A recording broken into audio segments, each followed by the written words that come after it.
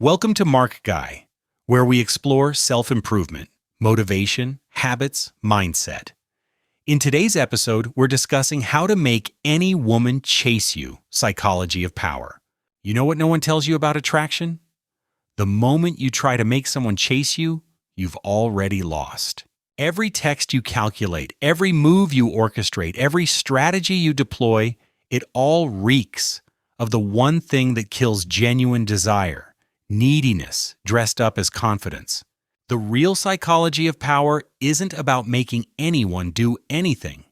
It's about becoming so aligned with your own path that others naturally gravitate toward your orbit. Picture this. It's 11:47 p.m. on a Thursday. You're lying in bed, phone screen casting that familiar blue glow across your face. You're scrolling through her Instagram stories, the one who said she needed space 3 weeks ago. There she is, laughing at some rooftop bar, surrounded by people you don't recognize. Your thumb hovers over the reply button. You want to say something clever, something that shows you're unbothered, living your best life. But deep down, in that quiet space between heartbeats, you know the truth. You're performing. You're trying to engineer a specific response, to flip some invisible switch in her mind that makes her suddenly realize what she's missing. The kitchen clock ticks in the distance. The neighbor's dog barks. And you're there, alone, trying to solve the equation of another person's desire like it's a problem with a clean solution. Let me paint you the real picture of how attraction works in the human brain. It's not about tricks or techniques. It's about understanding the fundamental wiring we all share. When someone pursues relentlessly, when they make themselves constantly available, the brain's reward system gets flooded with predictability. And here's what neuroscience tells us about predictability. It kills dopamine production, the same chemical that drives desire, motivation, and yes, romantic pursuit, simply stops firing when the outcome is guaranteed. Think about it. When was the last time you felt genuinely excited about something you could have whenever you wanted it? This is where most men get it catastrophically wrong. They think showing consistent interest, being always available, responding immediately to every message is showing commitment. But what they're actually doing is removing all tension from the dynamic. They're becoming what psychologists call a fixed reinforcement schedule, as reliable and exciting as a vending machine. Push button, get attention, no mystery, no challenge, no space for imagination to fill in the gaps. Here's where it gets darker. The men who seem to effortlessly attract women aren't playing games. They're genuinely invested in their own lives. When they don't text back immediately, it's not strategy. They're actually busy building something meaningful. When they say no to last-minute plans, it's not to seem mysterious. They genuinely value their time and have boundaries. This authenticity creates what's called intermittent reinforcement, the most powerful psychological mechanism for creating desire. It's the same principle that makes gambling addictive. Sometimes you win, sometimes you don't. But the uncertainty keeps the brain engaged, keeps the dopamine flowing. But wait, doesn't this sound manipulative? Here's the paradox that'll twist your mind. The only way to genuinely create this dynamic is to stop trying to create it. The moment it becomes a performance, women sense it. They have what researchers call heightened social intuition, evolution's gift for detecting authenticity versus agenda. You can't fake having a life.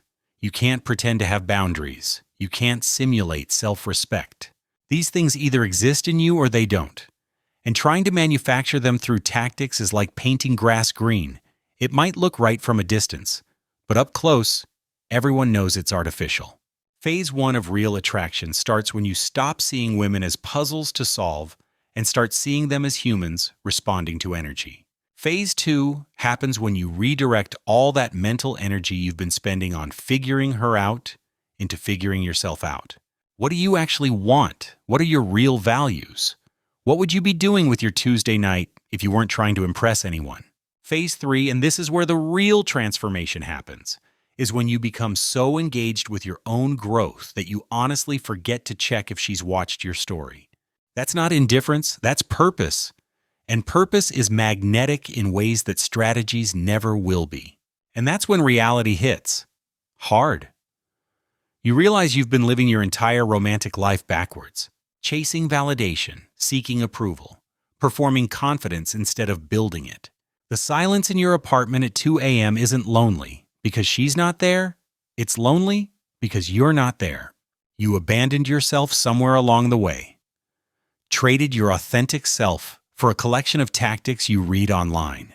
Became a walking strategy instead of a living, breathing man with actual substance. The phone buzzes. It's her. After 3 weeks of nothing. Hey, how have you been? 4 words that would have sent you into overdrive last month. But something's different now. You don't feel that desperate urgency to respond perfectly. You don't need to craft the ideal reply. Because somewhere in these 3 weeks, while you thought you were waiting for her, you accidentally started living for you. You joined that boxing gym, started that side project, had actual conversations with friends instead of strategy sessions about what her last text meant. The irony cuts deep. The moment you stopped trying to attract her is the moment you became attractive. Here's what the psychology of power actually means. It's not about power over others. It's about power over yourself. Your attention, your time, your emotional state. The cold truth: women aren't attracted to men who make them the center of their universe. They're attracted to men who have a universe worth exploring. Think about that for a second.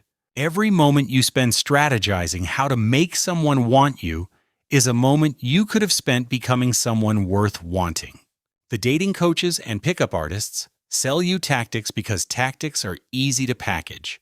But transformation? That's messy. It's personal. It requires you to face the uncomfortable truth that maybe, just maybe, the problem isn't that you don't know the right things to say. Maybe the problem is that you don't know who you are when no one's watching. What makes you laugh when you're alone? What problems keep you up at night that have nothing to do with romance? What would you build if you knew no one would ever see it? This isn't about becoming some stoic, unfeeling alpha caricature. It's about developing what psychologists call differentiated self. The ability to stay connected to your own thoughts and feelings while being close to others.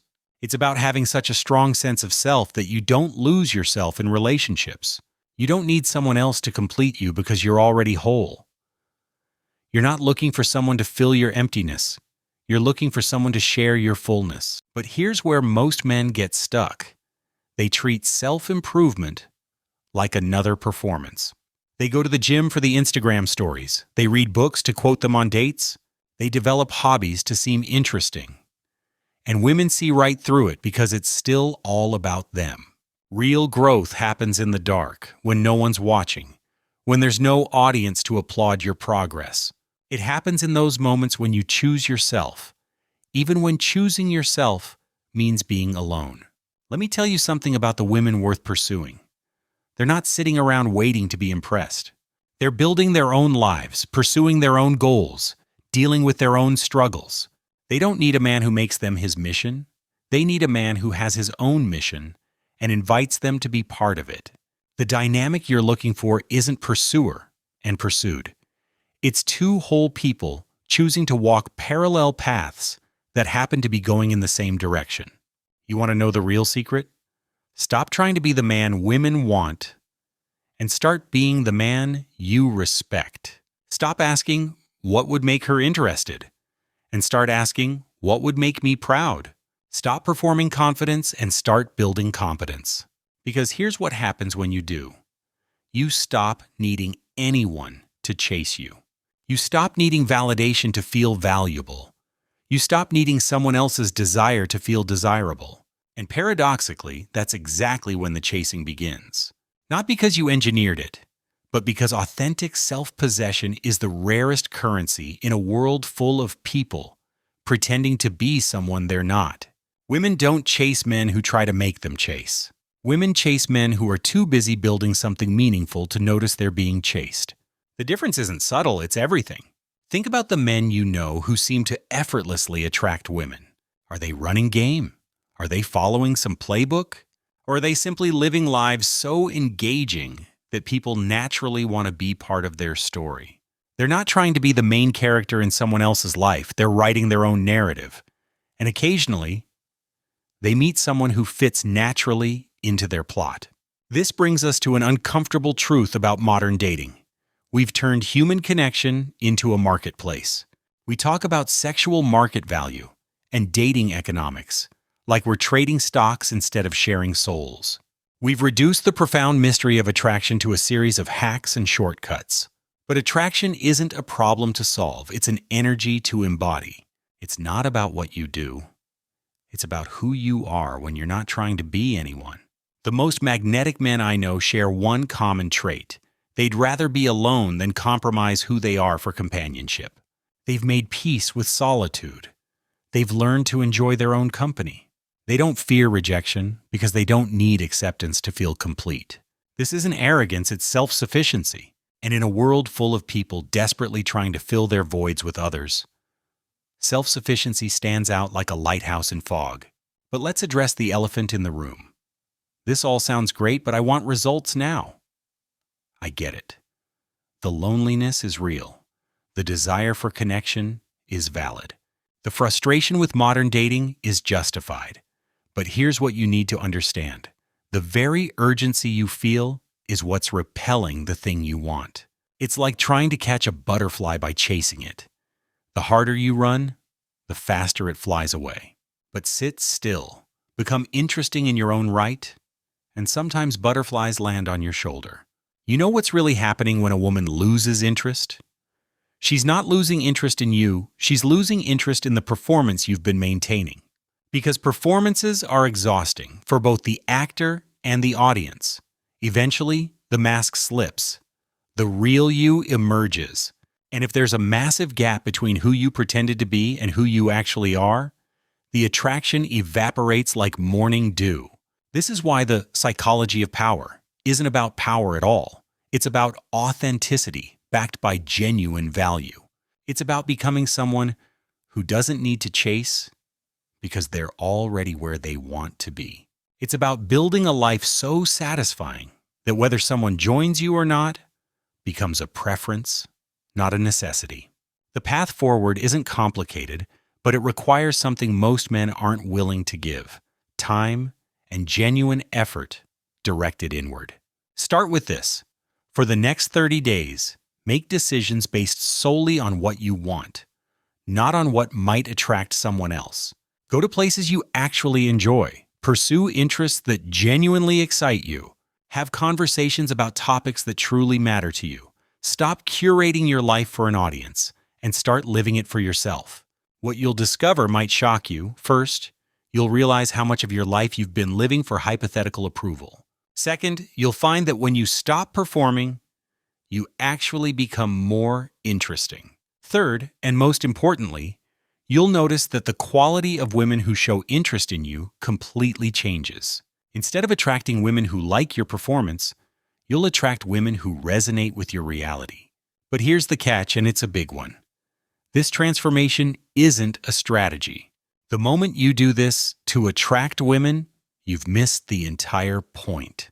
You have to genuinely want to become a more realized version of yourself, with or without romantic success.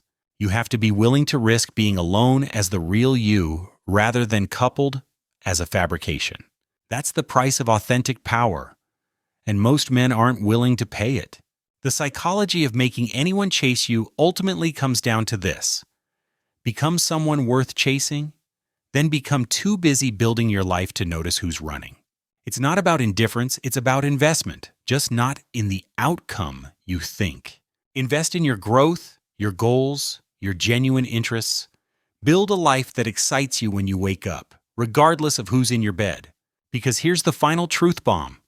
The woman who's right for you won't need to be convinced, manipulated, or strategized into wanting you.